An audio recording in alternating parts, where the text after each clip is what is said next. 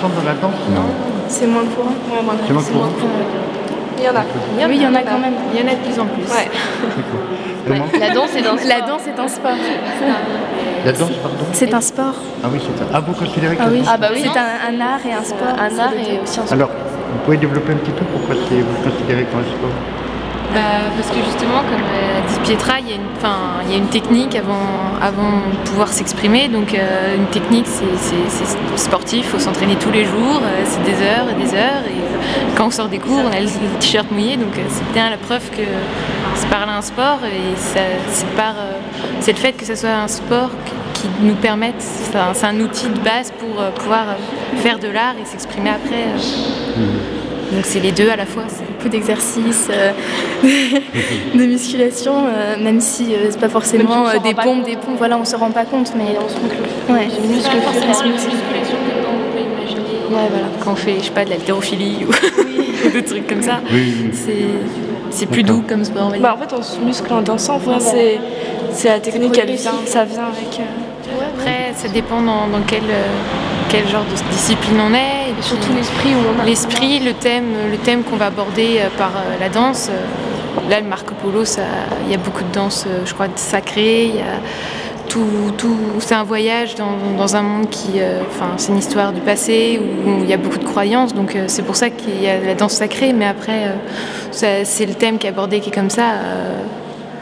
Après, ça dépend de quoi on va parler. Je suis passée de la danse classique à la danse contemporaine. On s'ouvre tout le temps, on fait des stages avec des gens. On a beau faire une même discipline, il y a toujours différents styles. Donc oui, c'est un voyage, c'est un peu l'image de Marco Polo, c'est un voyage dans toutes les façons de se mouvoir. Et oui, c'est un peu... On découvre son corps et après on découvre son propre style, personnalité. ouais, voilà, sa personnalité, son caractère. Puis oui, c'est un voyage, comme a dit Chloé, on découvre toujours de nouvelles choses, même si on fait toujours la même discipline, il y a forcément un moment où on va découvrir autre chose. La sensation de s'évader et en même temps de se comprendre mieux. Donc c'est intéressant. Puis le fait de travailler avec des chorégraphes différents, ça nous apprend à travailler différemment tout simplement. Et quand vous dites mieux se connaître, c'est-à-dire mieux connaître son corps, mieux connaître son corps, mais aussi soi-même. Comme disait Manon, sa personnalité. Voilà.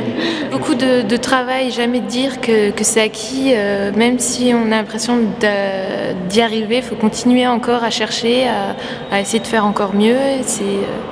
C'est une quête, ouais, c'est comme Marco Polo. On recherche de faire mieux, de faire différemment. Donc danser, c'est infini. Parce que Marco Polo, il a découvert énormément de choses et que peut-être c'est pour montrer qu'il y a beaucoup de choses dans la danse aussi, je sais pas. Moi, je le vois plus comme ça. Découverte des cultures différentes, donc les danses différentes, parce que chaque culture a une danse.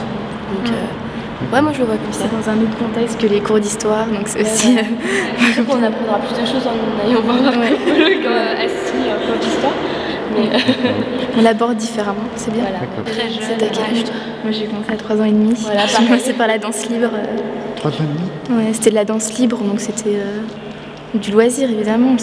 Et vous dansez sur votre lit comme ça c'était des cours dans les MJC, MJC des Bourroches. Et je pense que les gens, le fait de dire que les gens ne comprennent pas forcément, c'est vrai, mais je pense que... Ils sont aussi impressionnés en fait. Ouais. Ça les impressionne qu'on puisse avoir une passion depuis qu'on a... Parce que je pense que la danse, ça prend vite fait chez les gens quand on est passionné, beaucoup d'ampleur et les autres qui nous regardent ne comprennent pas forcément et n'ont pas vécu toute notre histoire parce qu'il y a aussi tout le temps toute l'histoire derrière, le fait qu'il y ait un travail. Oui, c'est une passion, donc on l'assume. Même si c'est dur des fois. Les gens sont impressionnés qu'il y ait beaucoup d'heures, c'est super intensif. Les gens sont impressionnés.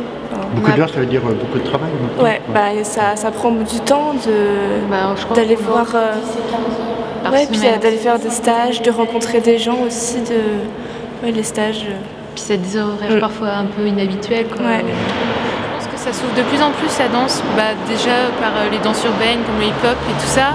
Et puis comme on voit dans Marco Polo, il y a des vidéos, il y a des... Et moi j'ai une amie qui fait des films, mais pareil, on fait des vidéos et chacun amène son truc et on fait un melting pot de tout ça. Et du coup ça donne des beaux projets comme Marco Polo. S'amuser. Ouais. Ça change. C'est encore une découverte. C'est encore une découverte. Ça a mis un truc nouveau, le fait d'être dehors, mais je pense que, il y a très longtemps, il y avait déjà ça, quoi. Oui, on dansait déjà dehors. Déjà les danses de caractère et tout ça, c'était des grandes fêtes et tout le monde dansait, quoi. Puis le hip-hop, c'est pas nouveau. Aux États-Unis, ça fait quand même assez longtemps. Ils mettaient des cartons par terre et puis ils dansaient. C'était avec le petit poste. Oui, voilà. On part d'une petite idée et ça évolue, on rajoute quelque chose, on le refait, le refait et du coup on découvre de nouvelles choses parce que par hasard on va faire quelque chose de nouveau et on développe tout le temps et du coup c'est enrichissant, c'est pour ça que c'est bien la danse. Faites de la danse. On fait un slogan.